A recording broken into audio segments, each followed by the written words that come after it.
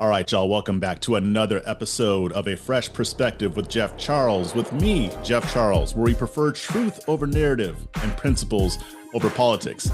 Yet now, I know it's been a while. I know it's been like a billion years since I've done an interview, but I'm ready to get back into the game now, and I've got an amazing guest. But before I bring him on, just want to remind you to like this, share this, and if you haven't already described, there is something massively wrong in your life.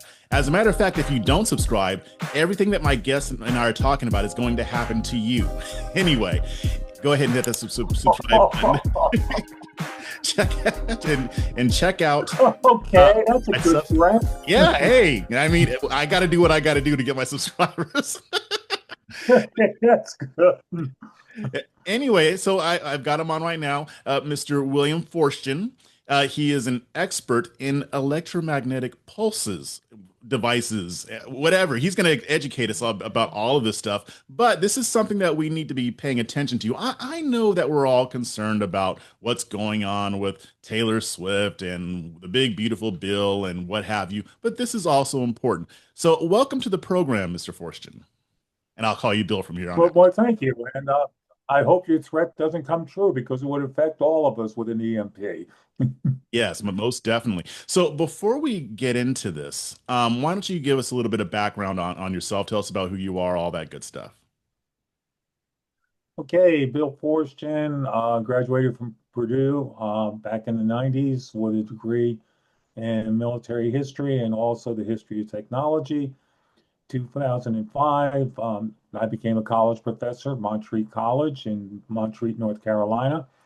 2005, I wrote a book that was published in '09 called One Second After, which details what would happen in a small town in North Carolina if we were ever hit by an EMP. So I guess that's it in a nutshell.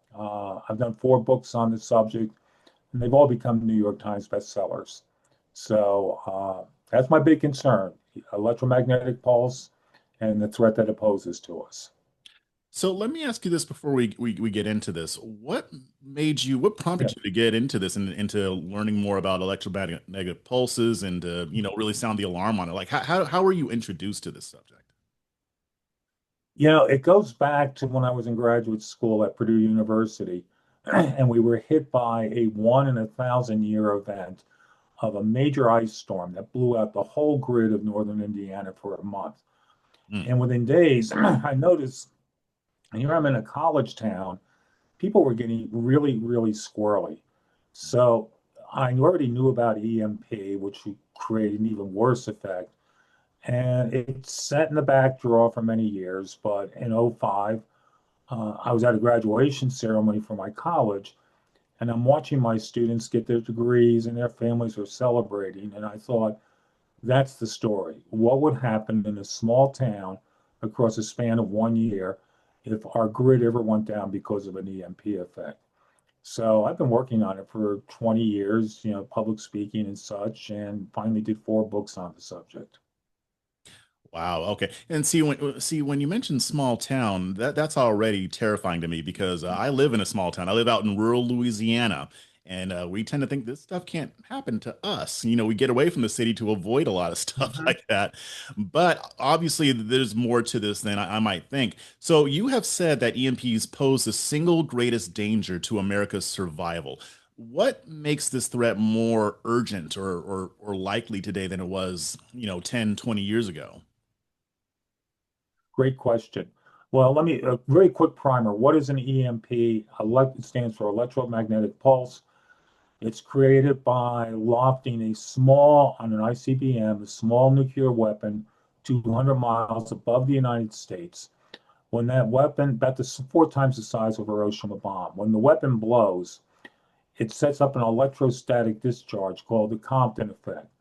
That cascades down to the Earth's surface, feeds in that electrostatic discharge, feeds into all the wiring, which become antenna, which in turn feeds back in through our high tension lines, those big towers with high tension lines.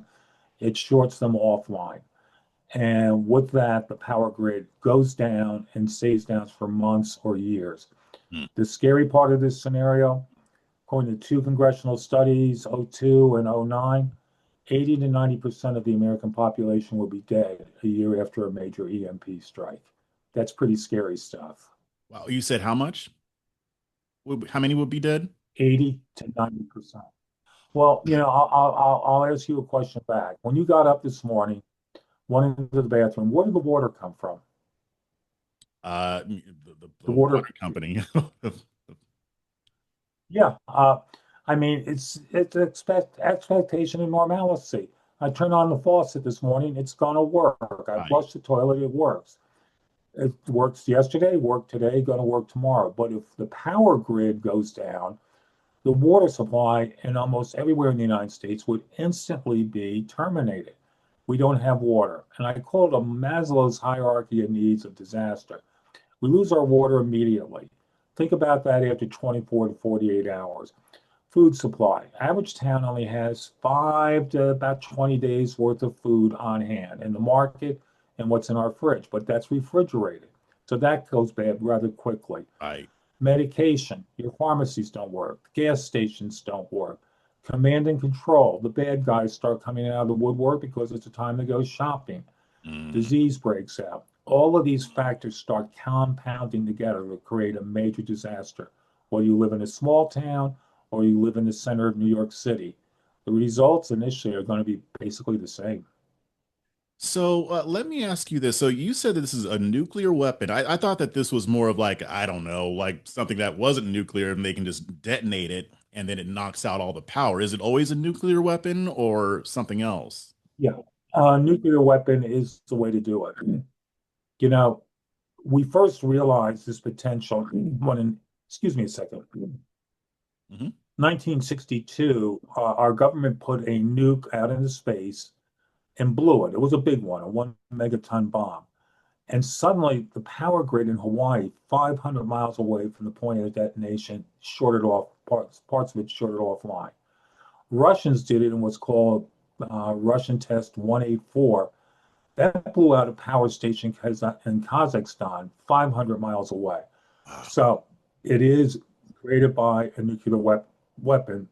The players I always worry about would be North Korea, which does have nukes, or Iran, which, excuse me, Iran wants to have a nuke. So it takes a nuclear weapon to do it, and an ICBM to be able to loft it above the United States. Worst case scenario, Eastern, Central, Western United States, 3 weapons, the grid is gone. Okay, so that was going to be my other question. I wasn't clear on the range of these things. I thought that maybe if you were to detonate one of these, it would knock out maybe like a, I don't know, like a county or something like that. Or how Yeah. far can these things spread? Well, it's a line of sight event. So if you're 200 miles out, so let's say over Pennsylvania, 200 miles up, you can see the entire east coast of the United States. Um, the closer you are to the point of detonation, the more intense it could be. Mm-hmm. But even then, with 3 such weapons, you've basically blanketed the entire United States. It's line of sight. It doesn't take a large nuke to do it. So theoretically, if they were to launch that on the East Coast in the central part of the country, and then on the West Coast, that would cover the entire nation. Yes, Wow. yes. And North Korea has that capability. Yeah. Wow. Wow. That's the scary part. That is scary. Uh, So well, it's a rogue country with a crazy dictator.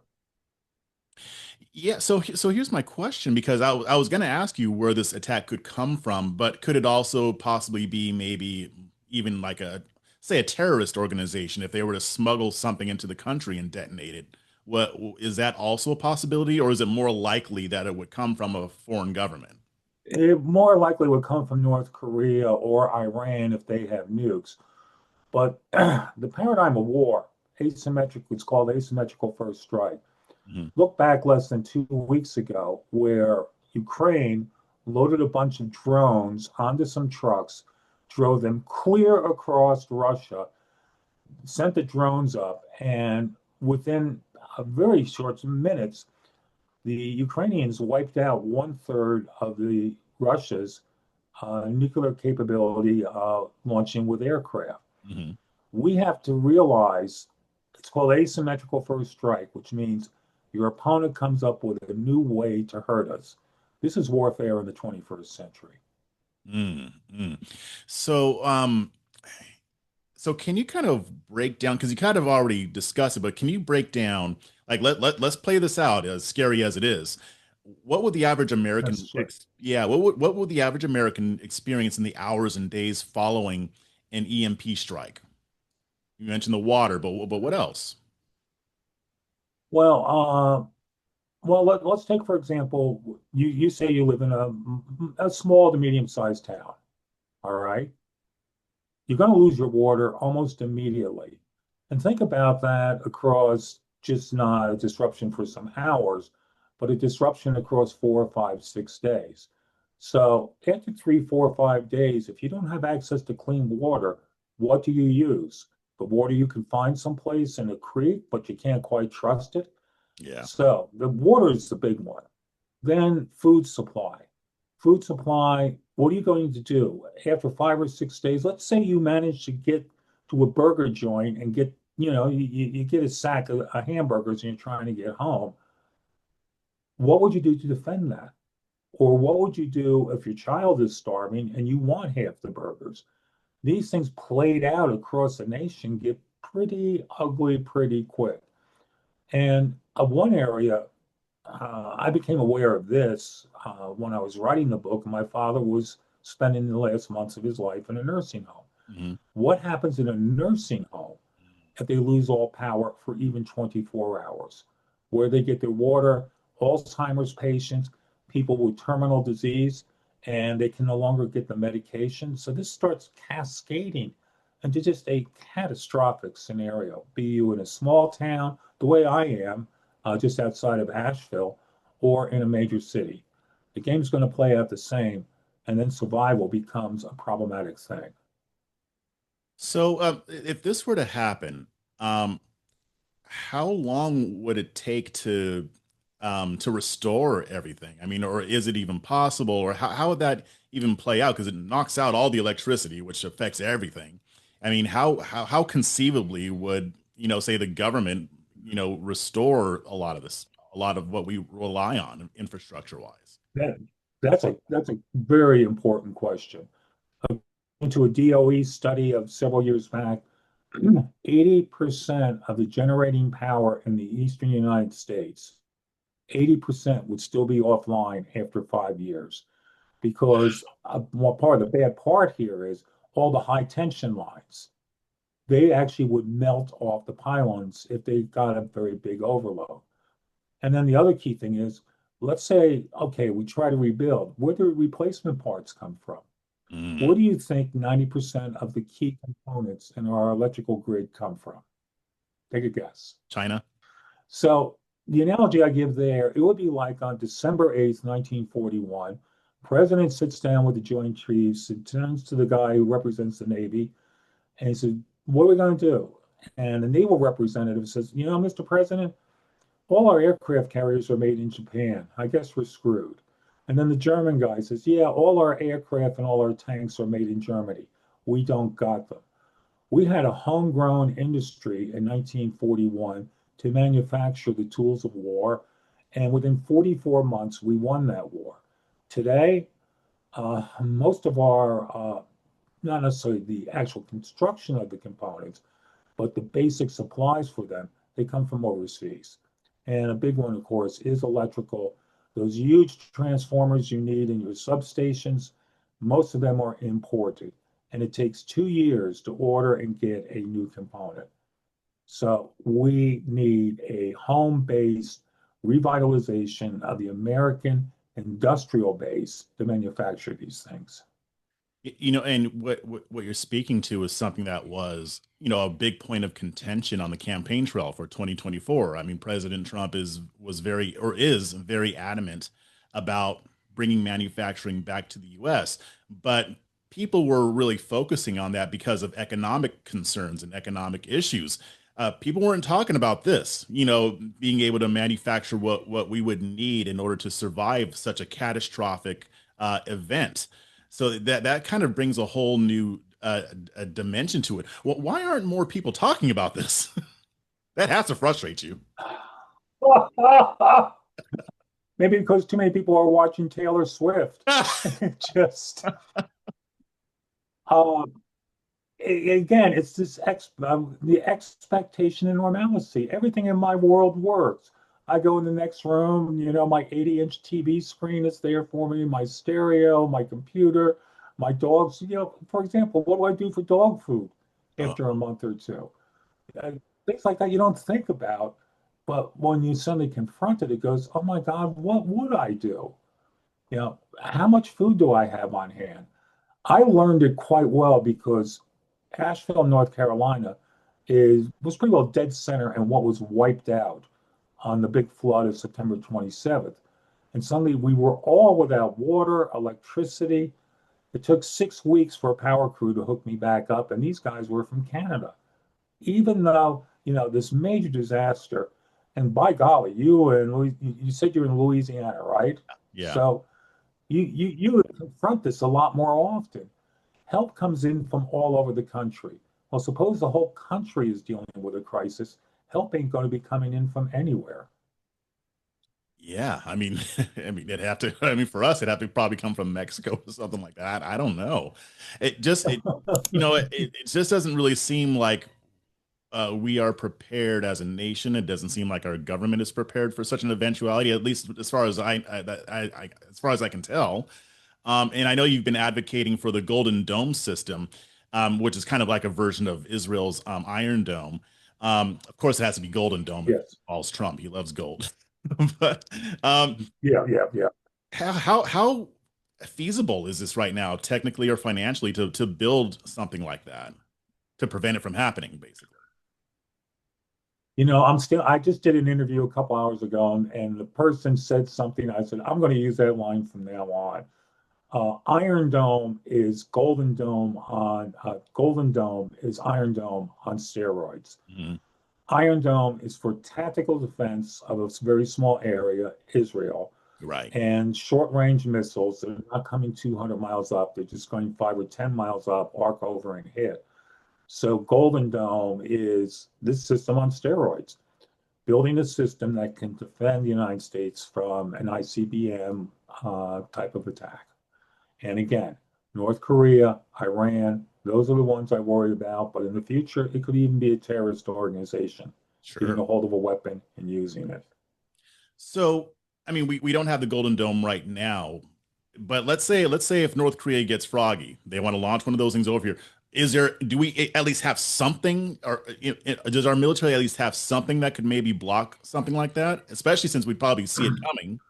Two ways. One, planting, and I don't know this for sure, but I assume there's a couple of Aegis class cruisers sitting somewhere off the coast of North Korea that could intercept a strike in the first minute or two while the rocket's going up. Hmm. But once it gets beyond a certain point, you just can't reach it. There is a very limited anti-ballistic missile defense in Alaska. It was built years ago. It's antiquated. Its probability of hit is pretty low, maybe 25% at most. So we're going to have to build a major system rather quickly. Golden Dome, we could get the basic components in within 2 to 3 years. Okay. Okay, so here's another question. What's stopping Kim Jong-un from doing this right now? I mean, I would assume that once we detected it, we'd probably nuke North Korea, but I'm not sure. Maybe you know more about that than I do. Another great question. What's preventing him? The guy's a psychotic. I mean, you see some of the things he's done inside his country. Some years back, I was coming back from Mongolia, of all places, where I used to enjoy doing archaeological work. I flew down the coast, and North Korea was just dark. It was 10 o'clock at night, it was dark. And suddenly you have the DMZ in South Korea. It's lit up as bright as day, the way America is. I've seen that, yeah. North Korea could, and you got a psychotic ruler that suppose he finds out tomorrow he's terminal. He figures, oh, screw it. I'll take America with me on the way out. And even if we retaliated, I have a character in my book where we're talking about North Korea, and the army guy is saying, we really took care of North Korea because of this. And the survivor at the end of my book says, well, does that change things for us? They've already Mm, destroyed us. They've won. They have won, even if they've committed suicide themselves. wow. Wow. And I definitely want to get to your book because I will be getting it to read. It's Okay, definitely, you're going to be depressed by the time you're done with it. man, I'm depressed right now. Try being in my head some nights. I I mean, wake up at 2 in the morning. Oh God, I didn't think of this. I mean, you've been sounding the clarion call for years. I can't even imagine. Like, I'm only talking to you for a few minutes, and it's not like I didn't know about this threat before. I just wasn't. I honestly didn't have access to you to really dig deep and learn more about it. I had to ask this. I mean, you've been consulting with government agencies. How seriously are lawmakers taking this threat behind closed doors? What would you say? You want to shrug my shoulders?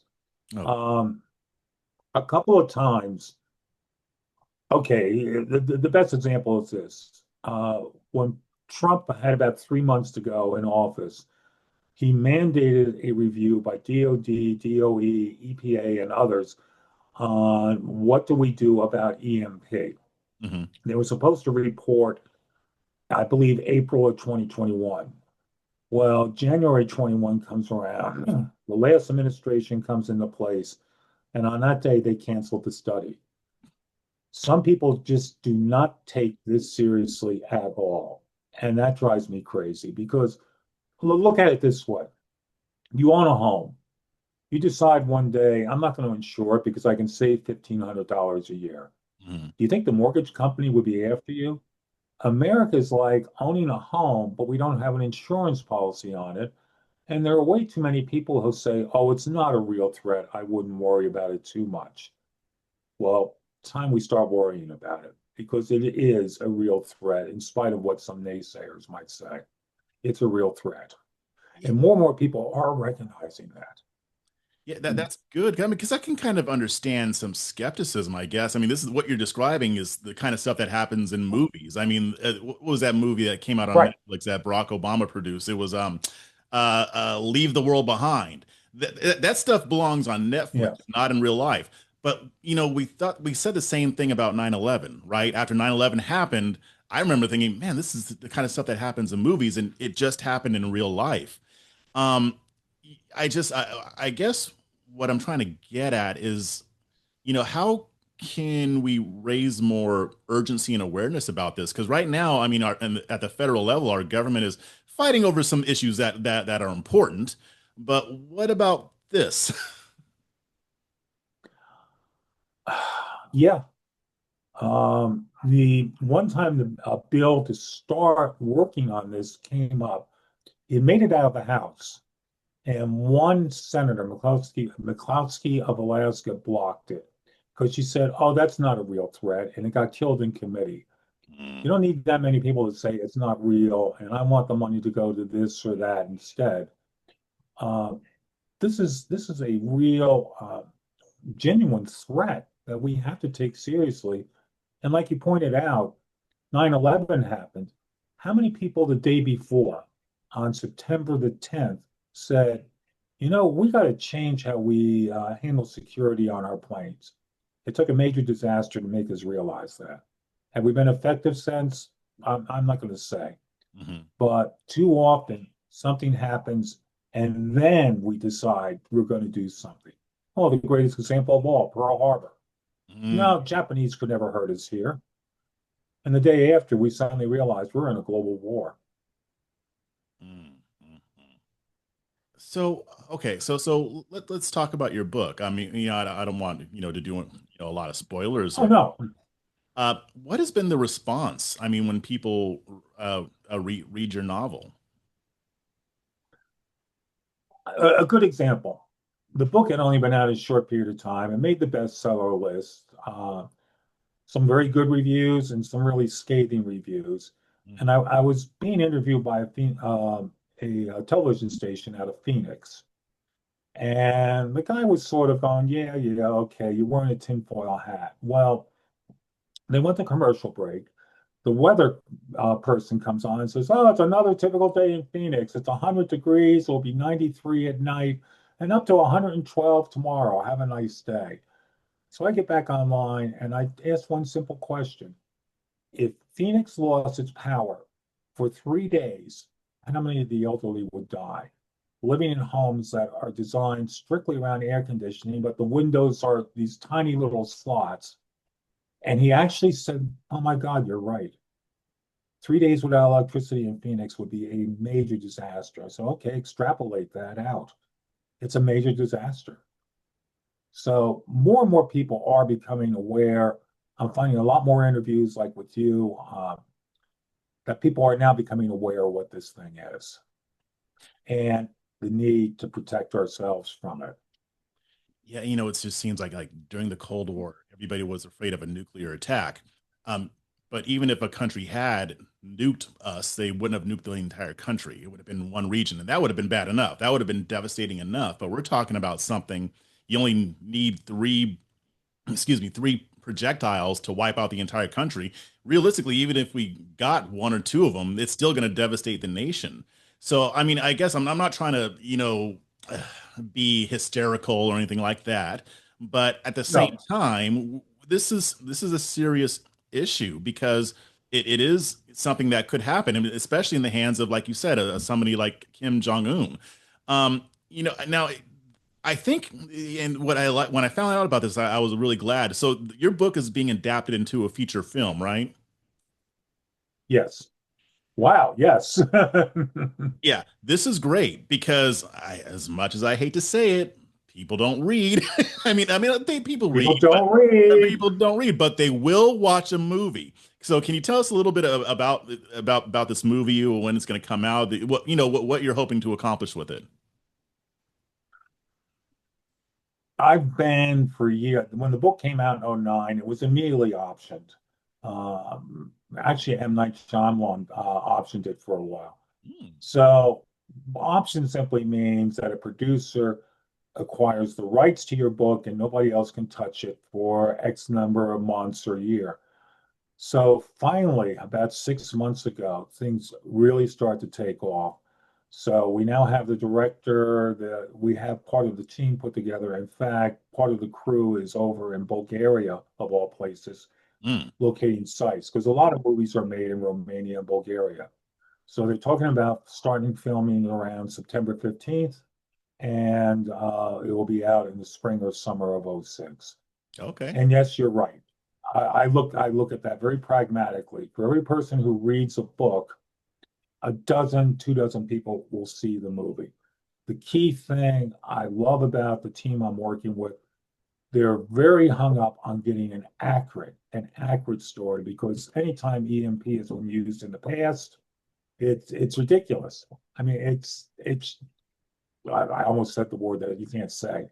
It's Like cartoonish. wreck. It's just that they're not doing it. So this one, they're going to do an accurate portrayal of what an EMP is. That's good. That's good because I remember a lot of the chatter after, Leave the World Behind. I mean, people were talking like, what if this were to happen? And that was more of a cyber attack, not an EMP device, which would be far more Yeah. devastating than a cyber attack. So I really like, and plus it's starting projection on. You said September 15th. That's actually my birthday, so that's a good thing. Oh, good. Yeah. Well, Um, we'll both have reason to celebrate. yes, yeah. I mean, when that comes out, I will be shouting it from the rooftops. But let's say something like this were to happen. Let's say our government doesn't get it together, which is very realistic given what we've been saying. How should people prepare for something like this? I mean, do you get an underground bunker, or what do you do? Oh, you dig a deep hole, jump into it, pull the earth over you, and pray. No, no, just kidding. Whereabouts in Louisiana are you located? Okay, yeah. So I'm in northern Louisiana. Like I can walk to Arkansas from where I am. I'm like on the Okay.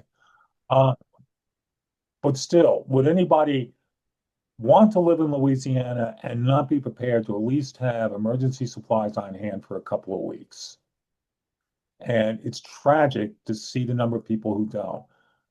Regarding EMP, if you even have 1 or 2 months worth of emergency supplies on hand, food, some bottled water, very important, a water purification system, Mhm. which isn't expensive. You can buy a basic one for 30 or 40 bucks.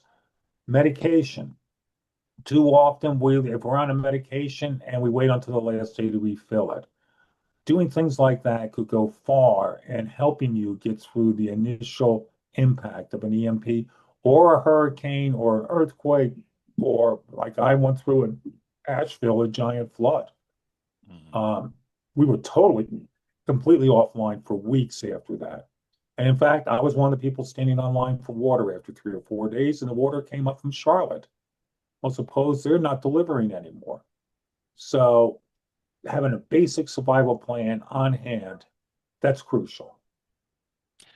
Yeah, and especially in a situation like that, because I mean, if there's a hurricane or a disaster, I mean, your car might still work, you still drive somewhere, but in this case, your car will be knocked out, right?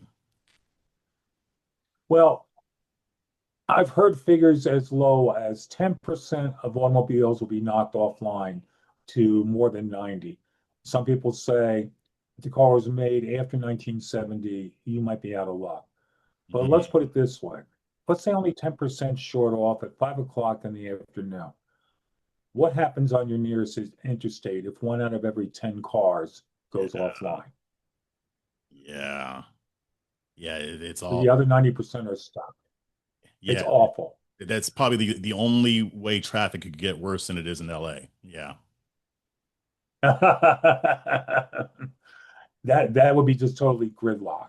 yeah. I mean, I grew up outside the New York City area for a while. I used to commute into Manhattan on a construction project.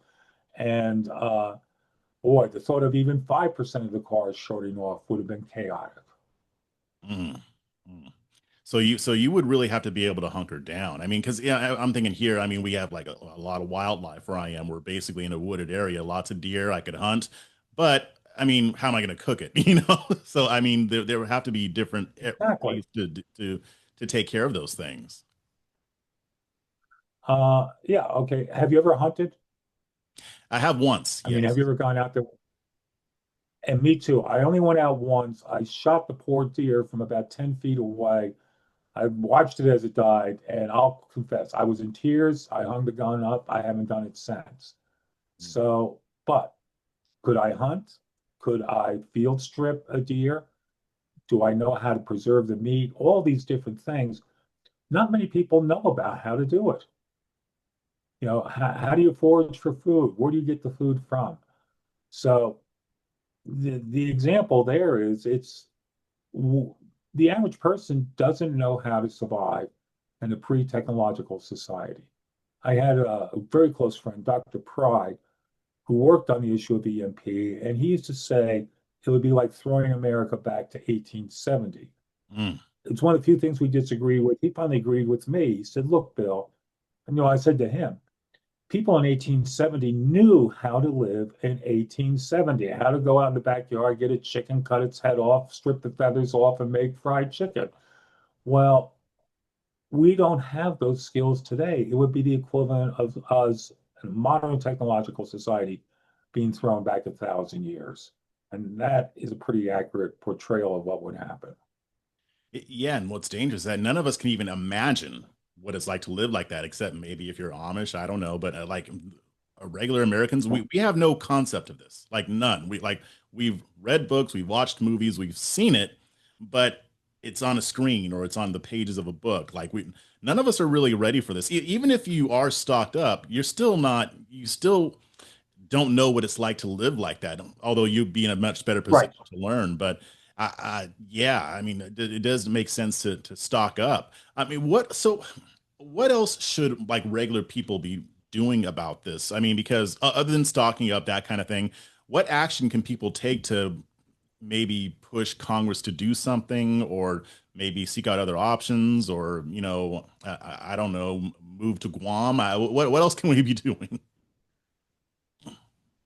Don't move to Guam. There's a very nasty type of snake out there. It's not venomous. It's a brown snake, and it's overrun the island.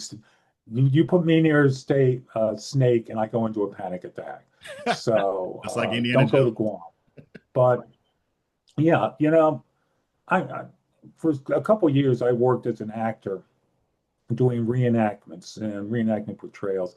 And I used to laugh how we'd all be out there, 1,000 of us doing this thing. And, some of the events would go for 4 or 5 days. You're living like you're in the time of the Civil War, the Revolution.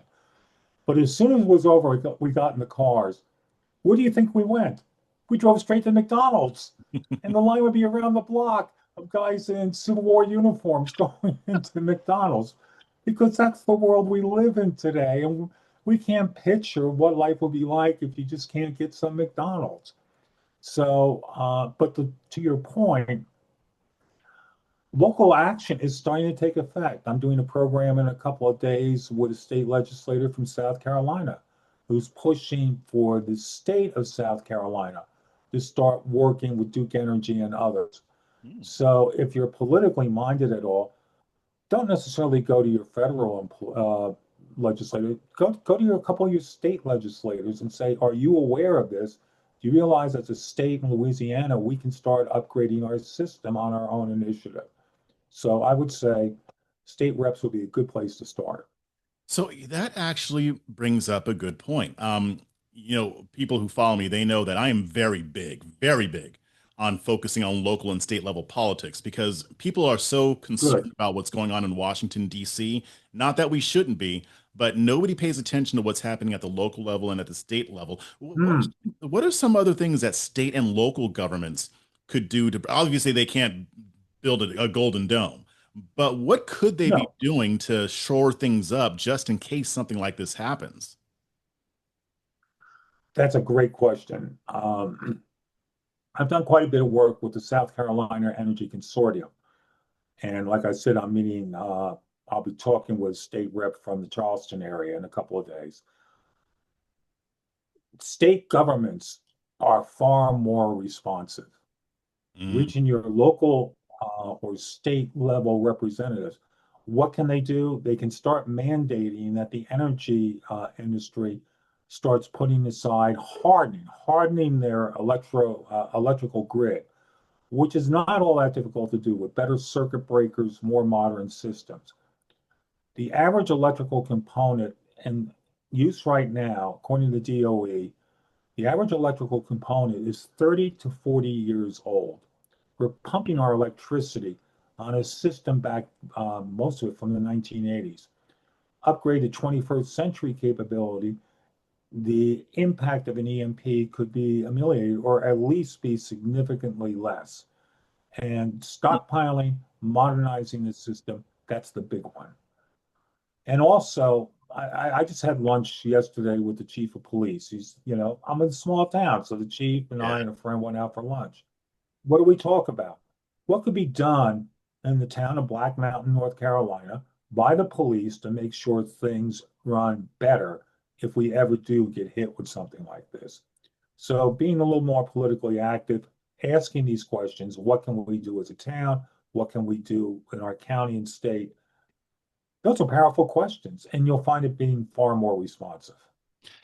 So okay, I like where we're going right now. So going back to what you said about hardening the electrical system, what does that mean? Like, is it basically making it more able to withstand an attack like that?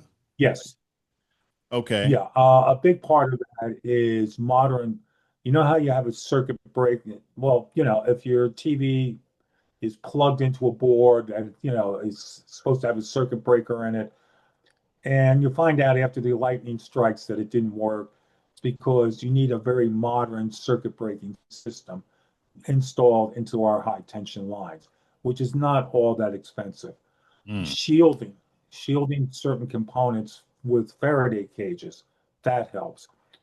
There's a lot of the technical side of this I do not understand. sure. Yeah. I do hear from energy companies, though, yes, we have ways of shielding and making ourselves more reliable, even if in the event of an EMP. But that takes money and it sometimes will take legislative action.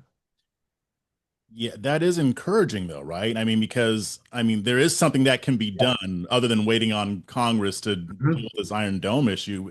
If something like that does happen, Well, there wait is. on Congress?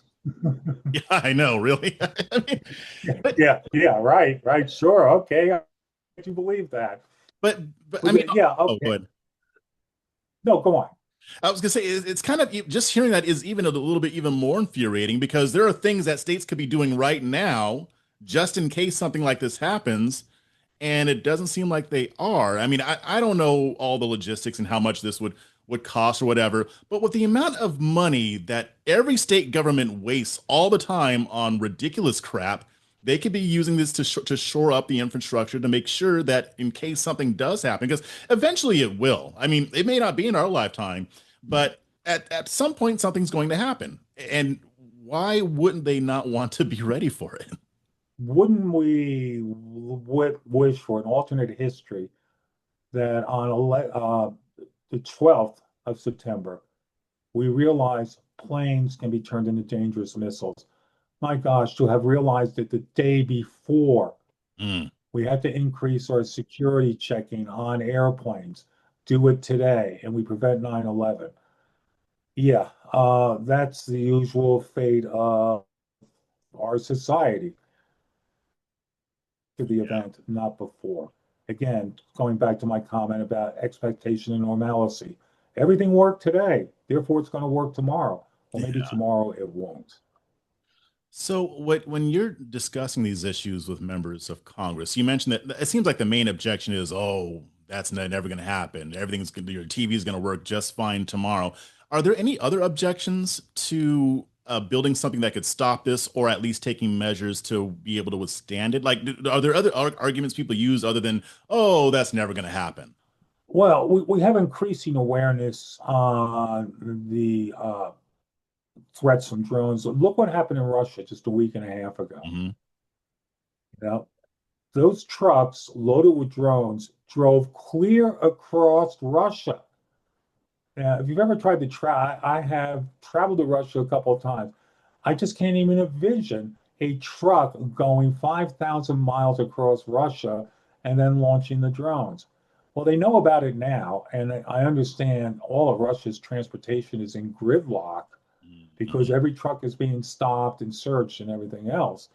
So these these things we have to think about them before, and it's the whole back to my words of asymmetrical first strike. We have to think outside the box. Yeah, we use that term all the time. Yeah. Some politician was doing it a couple of days. Jean-Pierre. Yes, we have to think outside the box. What we do, we need a little more realistic. Okay, how do we prevent something like this or that? Now we can't stop all threats, but we could some. But to go all the way back to a key point here, the initial cost on EMP, yeah, Golden Dome, but local and states working to harden the infrastructure and better prepare it would be a huge goal that would have tremendous payoff. Gotcha, gotcha. So last question. If you could get Congress to do just one thing this year to address our vulnerability to EMPs, what would it be? I know there's probably a whole list, but if there's just one thing that would be like the top of the list that they could do this year to get us ready, what would it be? Prayer? No. Well, our I would Congress say does need Golden Jesus. Dome. I'll say that. Oh yes, oh yes. I'm glad we agree on that. Uh, we need. There's a great line from one of Lincoln's speeches in which he states, "We must disenthrall ourselves, and then we shall save our country." We have to disenthrall ourselves. We have to think a little bit more creatively, because if we don't, well, go back to the Pearl Harbor example. Did our military think and the week before December 41 that if you put 4 or 5 carriers together, you could launch a huge strike against a base? Which base? Hawaii. You could take it out. We thought about it afterwards. We didn't think about it before. So we need more creative thinking. We just need that type of ability. I'll never forget the first time I got called down to Raleigh. I actually testified before a state committee there. I got shredded. I Mhm. was absolutely shredded, where the key voice that opposed me said, You're a science fiction writer. Stick to science fiction. Leave the politics to us. I so wanted to give him the finger before I walked out. You It, should have. I drove all that way to get insulted. And because, my response back is science fiction can become reality rather quickly. Boy, Yes. I was ticked that day. I bet. I mean, because it's just, uh, I can't. I mean, wow. I just, if we had more time, I could go into it. But it's just like, why would you not? Even if you're skeptical, why would you still not take it seriously? Because you can't say that it's impossible for something like this to happen. Like, it's just amazing to me. Yep. Yeah. All right. Well, we're running out of time, but I really appreciate you coming on, and we'll definitely have to get you back on again, especially after things get rolling with Oh, your. this has been a good one. Yeah, yeah. I've had. Well, I can't say I've had fun, but I kind of have. But Gee, Bill, you're a fun guy. yeah, I'm gonna have right. nightmares tonight. Yeah, exactly. But before we sign off, why don't you let everybody know where they can find you, where they can find your work, all that good stuff. Okay, I'm not going to tell you my home address, but what's scary is when people show up at my doorstep. Are they crazy or are they just a fan? Right. But uh, the website 1secondafter.com. And as the old saying goes, sold in better bookstores everywhere. So Amazon, Barnes and Noble, whatever, your local bookstore, you can get them there. Yeah, I'm gonna get it on Kindle. And by the way, I'll put all the links to his book Yeah, in but the that's show notes. almost almost everything I read now is on Kindle because you can adjust the font, and my vision's fading just slightly. So I very rarely read an actual book anymore. Though I got a couple of thousand here and behind me. Yeah, I see. All right. Well, thanks for coming on, and we'll get you back on hopefully soon. Okay, and God bless you. This has been a really good interview. I appreciate it. Me too. And to the audience, until next time, stay free, stay principled, and most importantly, stay ungovernable.